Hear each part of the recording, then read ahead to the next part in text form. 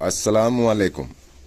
इस्लाम का इतिहास इस्लामी सभ्यता के राजनीतिक, सामाजिक, आर्थिक, सैन्य और सांस्कृतिक विकास से संबंधित है। अधिकांश इतिहासकारों का मानना है कि इस्लाम की उत्पत्ति 7वीं शताब्दी ईस्वी की शुरुआत में मक्का और मदीना में मोहम्मद के मिशन के साथ हुई थी, जबकि मुसलमान इस्लाम को इब्राहिमी धर्म भविष्यवक्ताओं, पैगंबर जैसे आदम, नूह अलैहिस्सलाम, मूसा, दाऊद, सुलेमान और जीसस के मूल विश्वास की वापसी के रूप में मानते हैं। इस्लामी परंपरा के अनुसार अल्लाह के अंतिम पैगंबर मोहम्मद सल्लल्लाहु अलैहि वसल्लम के द्वारा मनुष्य तक पहुंचाई गई अवतरित किताब कुरान शरीफ की शिक्षा पर आधारित है। कुरान शरीफ मानव को इंसानियत और जिंदगी जीने का तरीका बताने में एक अहम भूमिका निभाती है। इसलिए ज्यादातर लोग दुनिया के हर देश में मुस्लिम बनते हैं तथा इनमें हदीस, सीरत, उन नबी व शरीयत ग्रंथ शामिल हैं। इस्लाम में सुन्नी, शिया, सूफी, अहमदिया समुदाय प्रमुख हैं। इस्लाम की महजबी स्थल मस्जिद कहलाती है। अनुयायियों की कुल आबादी के अनुसार इस्लाम विश्व का दूसरा सबसे बड़ा ग्रंथ है। विश्व में आज लगभग 1.9 अरब या 190 करोड़ से 200 करोड़ मुसलमान हैं। इनमें से लगभग 85% सुन्नी और लगभग 15% शिया हैं। सबसे अधिक मुसलमान दक्षिण पूर्व एशिया और दक्षिण एशिया के देशों में रहते हैं। मध्य पूर्व, अफ्रीका, यूरोप में भी मुसलमानों के बहुत समुदाय हैं। विश्व में लगभग 56 देश ऐसे हैं जहां मुसलमान अधिक संख्या में हैं। उनके संगठन का नाम OIC इस्लामी सहयोग संगठन है। विश्व में कई देश ऐसे भी हैं जहां की मुसलमान जनसंख्या के बारे में कोई विश्वसनीय जानकारी उपलब्ध नहीं है। मोहम्मद सल्लल्लाहु अलैहि वसल्लम का जन्म 570 ईसा पूर्व में मक्का, सऊदी अरब में हुआ है। उनके परिवार का मक्का के एक पेड़ धार्मिक स्थल पर प्रभुत्व था। उस समय अरब में यहूदी, इस्लामी धर्म और बहुत सारे समूह को मूर्ति पूजक थे। कबीलों के रूप में थे। मक्का में काबे में एक समय लोग साल के एक दिन जमा होते थे और सामूहिक पूजन होता था। आपके अपने खदीजा नाम की एक विधवा व्यापारी के लिए काम करना शुरू किया। बाद में 40 वर्ष की आयु में उनसे शादी कर ली। सन 663 में आपने लोगों को ये बताना शुरू किया कि उन्हें परमेश्वर से यह संदेश आया है कि ईश्वर एक है और वो इंसानों को सच्चाई तथा ईमानदारी की राह पर चलने को कहता है। उन्होंने मूर्ति पूजा का भी विरोध किया, पर मक्का के लोगों को यह बात पसंद नहीं आई। आगे चले तो मदीना का सफ़र मोहम्मद सल्लल्लाहु अलैहि वसल्लम को सन 622 में मक्का छोड़कर जाना पड़ा। मुसलमान इस घटना को हिजरत कहते हैं और यहाँ से इस्लामी कैलेंडर हिजरी आरंभ होती है। अगले कुछ दिनों में मदीना में उन्होंने जबरदस्ती कई अनुयायी बनाए। तब उन्होंने मक्का वापसी की और मक्का के शासकों को युद्ध में मार दिया। इसके बाद कई लोग उनके अनुयायी हो गए और उनके समर्थकों को मुसलमान कहा जाने लगा। इस दौरान उन्हें कई विरोध तथा लड़ाइयाँ लड़नी पड़ी। सबसे पहले तो अपने एक ही कुल के चचेरे भाइयों यहूदियों के साथ बद्र की लड़ाई लड़ी, जिसमें 313 लोगों की सेना ने करीब 900 लोगों के आक्रमण को परास्त किया। इसके बाद अरब प्रायद्वीप के कई हिस्सों में जाकर विरोधियों को युद्ध में हराया। उस समय मक्का तथा मदीना में यहूदी व ईसाई ही रहते थे, पर उस समय उनको एक अलग धर्म को रूम में न देखकर ईश्वर के विरोधी के समर्थन माना जाता था।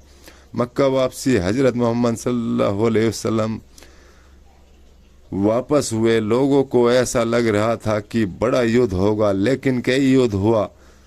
लोग अशांति पूर्वक ही रह रहे थे। मोहम्मद साहब और उनके अनुयायी मक्का में प्रवेश हथियार से किया। इस तरह मक्का अनेकों युद्ध से रक्त रणजीत हो गया। मोहम्मद सल्लल्लाहु अलैहि वसल्लम की मक्का वापसी इस्लाम के इतिहास में एक घटना थी, जिससे एक संप्रदाय के रूप में न रहकर यह बात में एक धर्म बन गया। सन 632 में उनकी वफात हो गई। उस समय तक संपूर्ण अरब प्रायद्वीप इस्लाम के सूत्र में बलपूर्वक बंध चुका था। सन 632 में जब पैगंबर मोहम्मद सल्लल्लाहु अलैहि वसल्लम की वफात हुई, मुस्लिमों के खंडित होने का भय उत्पन्न हो गया। कोई भी व्यक्ति इस्लाम का वैध उत्तराधिकारी नहीं था। यही उत्तराधिकारी इतने बड़े साम्राज्य का भी स्वामी होता। इससे पहले अरब लोग वेजेंटाइन या फारसी सेनाओं में लड़ाकों के रूप में लड़ते रहते थे, पर खुद कभी इतने छोटे साम्राज्य के मालिक नहीं बने थे।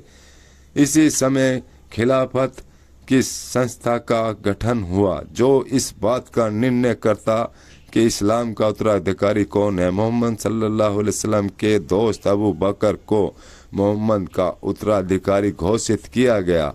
चौथे खलीफा अली मोहम्मद साहब के फरीक चचेरे भाई थे और उन्होंने मोहम्मद साहब की बेटी फातिमा से शादी की थी, पर इसके बावजूद उनके खिलाफत के समय तीसरे खलीफा उस्मान के समर्थकों ने उन्हें उनके खिलाफत की चुनौती दी और अरब साम्राज्य में गहरे युद्ध छिड़ गया। सन 661 में अली की हत्या कर दी गई और उस्मान के एक निकट के रिश्तेदार मुआविया ने अपने आप को खलीफा घोषित कर दिया। इसी समय से उमैयद वंश का आरंभ हुआ। इसका नाम उस परिवार पर पड़ा जिसके मक्का के इस्लाम के समक्ष समर्पण से पहले मोहम्मद सल्लल्लाहु अलैहि वसल्लम के साथ लड़ाई में प्रमुख भूमिका निभाई थी। जल्द ही अरब साम्राज्य का वेजेंटाइन साम्राज्य और सासानी साम्राज्य का रूप ले लिया।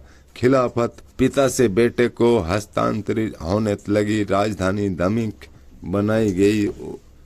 उपयदों ने अरबों को साम्राज्य में बहुत ही तरजीह दी, पर अरबों ने अहिंसक कह उनकी आलोचना की।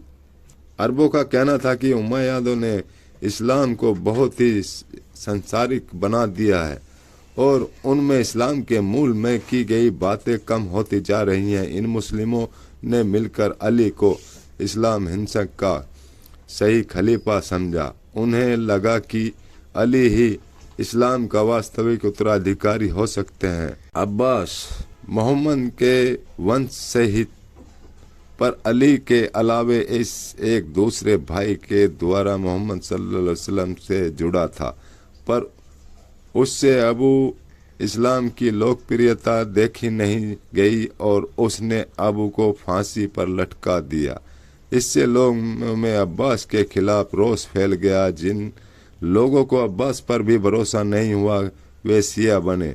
आज ईरान की 92% जनता शिया है। हालांकि अब्बास और उसके वंशजों ने बगदाद में अपनी राजधानी बनाकर लगभग 500 सालों तक राज किया। अब्बासियों के समय में ईरानियों का भी साम्राज्य में भागीदार मिली। हालांकि वे किसी धार्मिक ओहदे पर नहीं रहे, पर स्थापत्य तथा कविता जैसे कलाओं में अच्छे होने की वजह से ईरानियों को शासन का सहयोग मिला। ध्यान रहे कि कई मध्यकालीन इस्लामी विचारक, ज्योतिषी और कवि इस समय पैदा हुए थे। उमर खय्याम 12वीं सदी के ज्योतिष विद्या में पूर्व ईरान में एक आदि विद्या ऊंचाई छुई, एक नए पंचांग का आविष्कार किया। उन्होंने कविताओं की रुबाई शैली के महारत हासिल की और विज्ञान में कई योगदान दिए, जिसमें बीज गणित और खनिज शास्त्र भी शामिल हैं। फिरदौसी 11वीं सदी मोहम्मद गजनी के पिता का दरबारी, जैसे कि फारसी कवि और रूमी जन्म जैसे कि सूफी विचारक इसी समय पैदा हुए थे। हालांकि इनमें से अधिकतर को बगदाद से कोई आर्थिक वृद्धि नहीं मिली थी, पर इसमें इस्लाम के धर्मशास्त्रियों की दखल न देने ही बड़ा योगदान था।